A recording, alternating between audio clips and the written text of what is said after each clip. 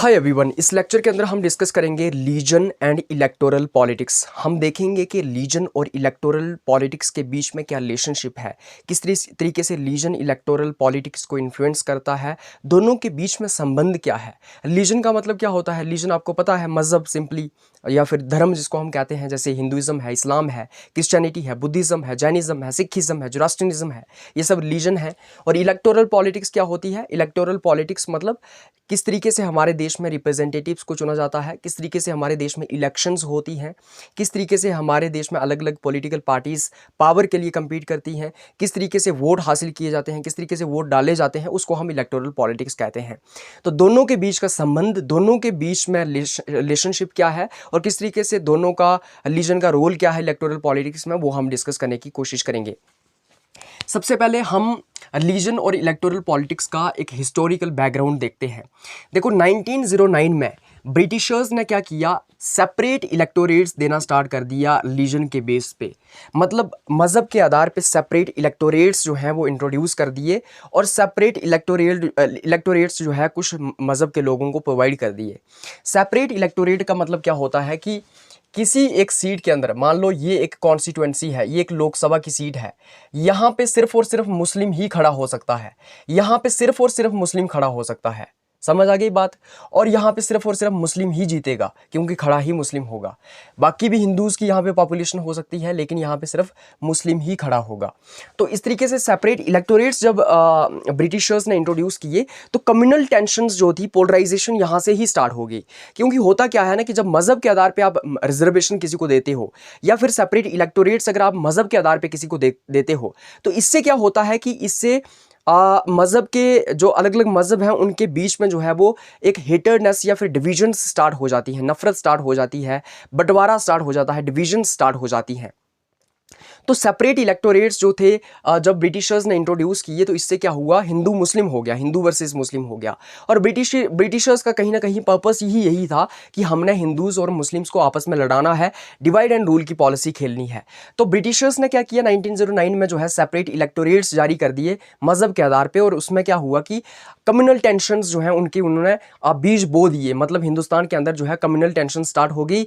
Muslims के लिए अलग कॉन्स्टिट्यूएंसीज रिजर्व कर दी गई जहाँ से सिर्फ मुस्लिम्स ही इलेक्शन लड़ सकते हैं और वो जीत जाएंगे। और इस तरीके से जो है वो हिंदू वर्सेस मुस्लिम होना स्टार्ट हो गया। अगर मैं लीगल फ्रेमवर्क की बात करूं तो क्या इलेक्शंस के अंदर या इलेक्टोरल पॉलिटिक्स के अंदर क्या मज़हब का इस्तेमाल किया जा सकता है? क्या मज़हब के आधार पे वोट हासिल किए जा सकते हैं?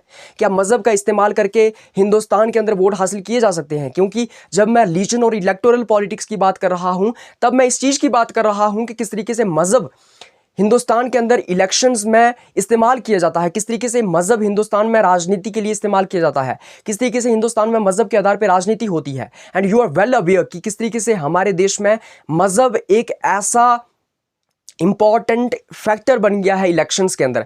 मतलब बिना मज़हब का इस्तेमाल करके इलेक्शन जीतना इस देश में काफ़ी मुश्किल हो गया है। और बड़ी बड़ी पॉलिटिकल पार्टीज़ जिनकी सरकार है इस देश में, वो पॉलिटिकल पार्टीज़ जो मेन स्ट्रीम पॉलिटिकल पार्टीज़ हैं, वो मज़हब के आधार पे वोट हासिल कर रही हैं, मज़हब के आधार पे जो है वो पावर में आई हैं। जो है वो हम देखते हैं कि रिलीजियस प्रोपोगेंडाज और नैरेटिव्स चल रहे हैं इस देश में। हिंदुत्व की बात की जा रही है, अखंड भारत की बात की जा रही है, कोई इस्लामिक रिपब्लिक की बात कर रहा है, कोई कहता है कि हम इसको इस्लामिक रिपब्लिक बना देंगे, तो कोई कहता है कि इसको हिंदू राष्ट्र बना देंगे। तो मज़हब जो है हिंदुस्तान की पॉलिटिक्स में, हिंदुस्तान की पॉलिटिक्स को पूरी तरीके से जकड़ चुका है, इसलिए हम मज़हब की यहां पे बात कर रहे हैं। तो क्या हिंदुस्तान में मज़हब का इस्तेमाल किया जा सकता है? अगर मैं लीगली देखूं, लीगल फ्रेमवर्क की अगर मैं बात करूं, तो देखो जब इलेक्शंस हमारे देश में लड़ी जाती हैं तो हमारे पास जो है ना एक रिप्रेजेंटेटिव ऑफ पीपल्स एक्ट है 1951 का, आरपी एक्ट जिसको हम कहते हैं। आर मतलब रिप्रेजेंटेटिव्स, पी मतलब पीपल और ए मतलब एक्ट। रिप्रेजेंटेटिव पीपल एक्ट जो है 1951 का, ये कहता है कि आप इलेक्शंस के दौरान जो है वो मज़हब के आधार पे वोट नहीं मांग सकते हो। आप जो है वो मज़हब के आधार पे अपील्स नहीं कर सकते हो, आप वोटर्स को अपील्स नहीं कर सकते हो। मतलब आप जो है वो मज़हब के आधार पे वोट नहीं मांग सकते हो, मज़हब के आधार पे जो है वो वोटर्स को अपील नहीं कर सकते हो। उसी के साथ साथ जब इलेक्शंस हमारे देश में होती हैं तो उस वक्त मॉडल कोड ऑफ कंडक्ट लगाया जाता है इलेक्शन कमीशन ऑफ इंडिया के द्वारा।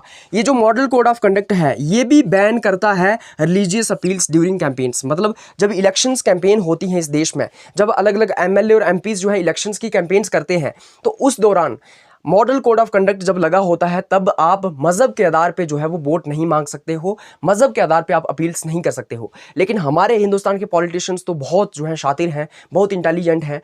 वो जो है ना बिना मतलब रिलीजन का नाम लिए हुए ये कह देते हैं, अपील्स कर देते हैं, वोट मांग लेते हैं मज़हब के नाम पे, बिना मज़हब का नाम लिए हुए। मतलब बड़े इनडायरेक्ट टूल्स हैं, मेथड्स हैं, बड़े लूप होल्स हैं सिस्टम के अंदर। आप मज़हब के आधार पे फिर भी वोट मांग सकते हो, मतलब थोड़ा घुमा फिरा के बात बोल दो तो मांग लिए मज़हब, थोड़ा सा आइडिया हिंट दे दो, मांग लिए मज़हब के नाम पे वोट। और मॉडल कोड ऑफ कंडक्ट और ये जो आरपी एक्ट है ये तो प्रोहिबिट करता है कि आप मज़हब के आधार पे वोट नहीं मांग सकते हैं। लेकिन यहाँ पे बहुत सारे लूप होल्स हैं, इनडायरेक्टली मैसेज कन्वे कर देते हैं हिंदुस्तान के politicians because they are very smart. उसके बाद why religion matters in Indian elections. अब हिंदुस्तान की इलेक्शंस के अंदर मज़हब क्यों मैटर करता है, धर्म क्यों मैटर करता है? तो हिंदुस्तान की इलेक्शंस में धर्म और मज़हब इसलिए मैटर करता है, रिलीजन इसलिए मैटर करता है क्योंकि आप रिलीजन के आधार पे लोगों को आसानी से मोबिलाइज कर सकते हैं। मज़हब के आधार पे लोगों को जोड़ना, उनको इकट्ठा करना बड़ा आसान होता है क्योंकि मज़हब जो है ना लोगों के दिल के साथ जुड़ा होता है। जो मज़हब है और जो फेथ है लोगों के दिल के साथ जुड़ा होता है। और मज़हब के लिए लोग कुछ भी कर सकते हैं, रिलीजन के लिए लोग कुछ भी कर सकते हैं, मार सकते हैं, मर सकते हैं, दंगे कर सकते हैं, कुछ भी। और आप थोड़ा सा छोटी सी स्पीच दे दो कि हमारा मज़हब खतरे में है, ये हो गया वो हो गया, मतलब थोड़ा सा आपको पोलराइजेशन करना है, हिंदू वर्सेस मुस्लिम करना है, देखना फटाक से लोग कैसे आपको वोट करेंगे। इस देश में मज़हब के आधार पे लोग जल्दी वोट करते हैं, जल्दी मोबिलाइज होते हैं। लेकिन इस देश में डेवलपमेंट के आधार पे, करप्शन के आधार पे, इस आधार पे लोग वोट नहीं करते हैं। लोगों को मज़हब बहुत प्यारा होता है, दिल का मामला होता है, दिल से जुड़े होते हैं लोग उसके साथ। और थोड़ा सा लोगों को मैनिपुलेट कर दो, थोड़ा सा मैनिपुलेशन कर दो, थोड़ा सा उनका माइंड डाइवर्ट कर दो और उनको जो है इकट्ठा कर लो। मैं कल को कहूं कि भाई अब हिंदू धर्म को बचाने की जो है वो नौबत आ गई है, अब हिंदू धर्म को बचाना ही होगा। और आप सब लोगों से मेरी ये अपील है कि कल आप सब लोग जो भी मेरे हिंदू भाई हैं वो एक जगह पे इस मैदान में इकट्ठे हो जाना, क्योंकि ये मुस्लिम्स जो हैं, ये जो बाकी मज़हब के लोग हैं, ये हमारे मज़हब को ख़त्म करना चाहते हैं, ये वो कर रहे हैं, ये ऐसे कर रहे हैं। अब हमारे मज़हब को बचाने का वक्त आ गया है। नौजवानों अब अपने हाथ में जो है शस्त्र उठा लो, तुम अब कमान संभालो और अब अपने मज़हब को बचाने का जो है वो वक्त आ गया है। सारे लोग इकट्ठे हो जाएंगे। लेकिन अगर मैं कहूँ कि भाई हमारे स्कूल में मास्टर नहीं है, हमारा रोड अच्छा नहीं है, सारे लोग इकट्ठे हो जाना, कोई नहीं आएगा। सो बेसिकली इस देश में रिलीजन के आधार पे लोगों को मोबिलाइज करना आसान हो जाता है, रिलीजन के आधार पे लोग आसानी से वोट करते हैं। एक परफेक्ट एग्जांपल है हमारे पास कि इस दौरान, इस टाइम पे जो हमारी रूलिंग गवर्नमेंट है, जो बीजेपी है, उसका जो बीजेपी जिस तरीके से रूल कर रही है और पावर में आई है, बीजेपी का पावर में आने के पीछे कहीं ना कहीं रिलीजियस एंगल हमें देखने को मिलता है। क्योंकि 1990s से बीजेपी ने बाबरी मस्जिद के अगेंस्ट कैंपेन स्टार्ट कर दी, राम मंदिर का मसला उठाया, उसके बाद 370 के अगेंस्ट हिंदुत्व, नेशनलिज्म, ये जो इनकी सारी की सारी आइडियोलॉजिकल फ्रेमवर्क्स हैं, कहीं ना कहीं बीजेपी का पावर में होना और बीजेपी का इस तरीके से मैंडेट हासिल करना, उसके पीछे रिलीजियस कनेक्शंस हमें देखने को मिलते हैं। और ये सबको पता है कि आरएसएस के साथ भारतीय जनता पार्टी के स्ट्रॉन्ग लिंक्स हमें देखने को मिलते हैं। वो आरएसएस जो हिंदू राष्ट्र की बात करती है। इसी तरीके से कांग्रेस जो है वो जाति के आधार पर लोगों को अपीज करने की कोशिश कर रही है।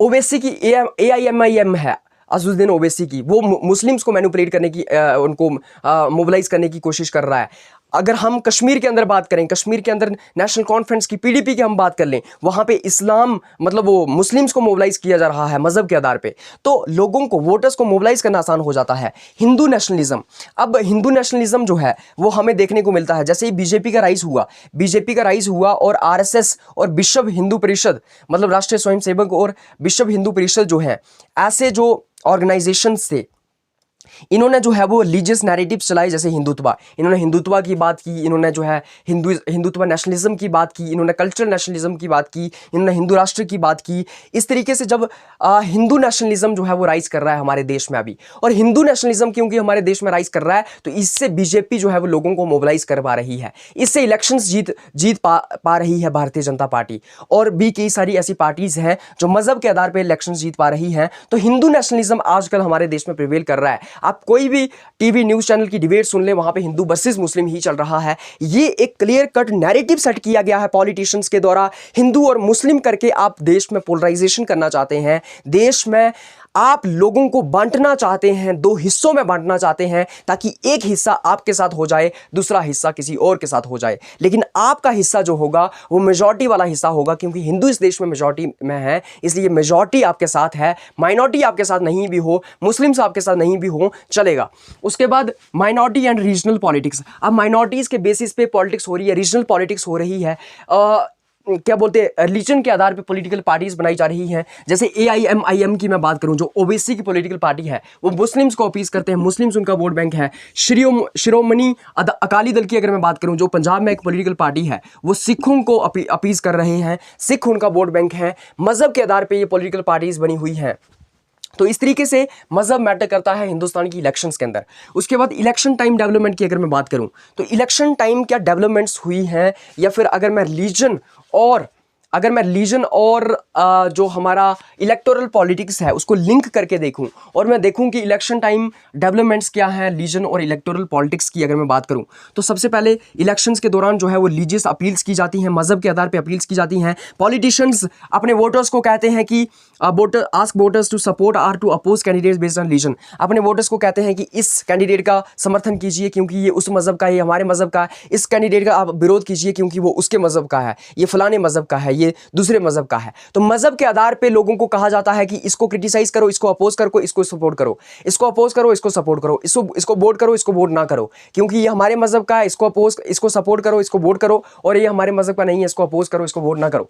उसके बाद हेट स्पीचेस दी जाती है, कहीं पे मुस्लिम्स को टारगेट किया जाता है पर्टिकुलरली, कहीं पे हिंदूज को पर्टिकुलरली टारगेट किया जाता है, ताकि समाज के अंदर डिवीजन लाया जाए। मान लो एक कॉन्स्टिट्यूएंसी है, इस कॉन्स्टिट्यूएंसी में 60% हिंदूज हैं और 40% मुस्लिम्स हैं, तो मैं जाऊंगा हेट स्पीच दूंगा, मैं हिंदू वर्सेस मुस्लिम यहां पे कर दूंगा। जब मैं हिंदूज का पक्ष लूंगा, हिंदूज को मैं बिल्कुल सपोर्ट करूंगा और हिंदूज का मैं पक्ष लूंगा और मुस्लिम्स के खिलाफ मैं जहर घोलूंगा, तो ये 60% मेरे साथ हो जाएंगे, तो मैं इलेक्शन जीत जाऊंगा। उसके बाद एंटी करप्शन कन्वर्जन लॉज लाए गए हैं, जैसे कि जो बीजेपी रूल्ड स्टेट्स हैं, कई सारी ऐसी स्टेट्स हैं हमारे देश के अंदर जहां पे बीजेपी का रूल है, वहां पे एंटी कन्वर्जन लॉज पास किए गए हैं कि कन्वर्जन नहीं की जा सकती है। तो इस तरीके से जो है वो भारतीय जनता पार्टी या फिर पॉलिटिकल पार्टीज जो है वो रीजन के अंदर या रिलीजियस जो पैरामीटर्स हैं उनके अंदर डिवेल कर रहे हैं, इनकलकेट कर रहे हैं या फिर इंश्राइन कर रहे हैं। इस तरीके की पॉलिसीज बनाई जा रही हैं कि एक तरीके का पोलराइजेशन किया जाए या रिलीजियस बेस्ड पॉलिटिक्स को जो है वो कंटिन्यू रखा जाए। उसके बाद डेमोक्रेसी और सोसाइटी के ऊपर इसका क्या इम्पैक्ट होता है, क्या इम्पैक्ट पड़ता है। तो सबसे पहले समाज के अंदर पोलराइजेशन होती है, समाज जो है बढ़ जाता है, नफरत फैलती है, डिविजन्स फैलती हैं, समाज टूट जाता है, दंगे होते हैं इस देश में, पोलराइजेशन होती है, हिंदू वर्सेस मुस्लिम हो जाता है, सिख वर्सेस जैन हो जाता है, बुद्धिस्ट वर्सेस क्रिश्चियनिटी हो जाता है, मजहब के लोग आपस में जो हैं वो लड़ते हैं, नफरत फैलती है, दंगे होते हैं, मारकाट होती है। उसके बाद टैक्टिकल वोटिंग होती है। टैक्टिकल वोटिंग का मतलब क्या है, कहीं कहीं पे मुस्लिम्स इसलिए इंडिया अलायंस को वोट कर रहे हैं क्योंकि उनको बीजेपी को अपोज करना है। मैं अपनी कॉन्स्टिट्यूएंसी की आपको एग्जांपल बताता हूं।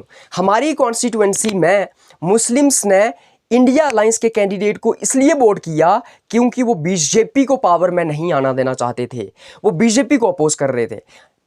हालांकि उनको इंडिया अलायंस का कैंडिडेट भी पसंद नहीं था। They were not satisfied with the candidate of India alliance. They were not satisfied with the candidate of Panthers Party. Still, they voted for Panthers Party just because they wanted to oppose BJP. They do not want BJP to come into the power at any cost.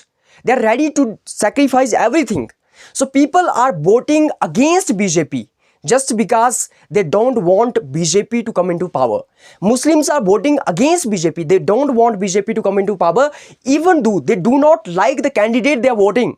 But still, they are voting to the candidate just because they wanted to oppose the BJP. They do not want BJP to win those particular elections. They do not want BJP to come into the power just because of religious polarization, just because the narrative that has been going on in this country, just because the affiliations and the speeches that Bharatiya Janata Party people are making कि हिंदुत्व, हिंदू राष्ट्र बनाएंगे, ये करेंगे, वो करेंगे, and all those hate speeches, उसकी वजह से जो है वो मुस्लिम्स जो है वो बीजेपी को अपोज करने के लिए उस कैंडिडेट को वोट कर देते हैं जो उनको पसंद नहीं भी है, बट स्टिल वो उसको वोट कर रहे हैं क्योंकि वो उसको पावर में नहीं आना देना चाहते हैं, किसको, बीजेपी को।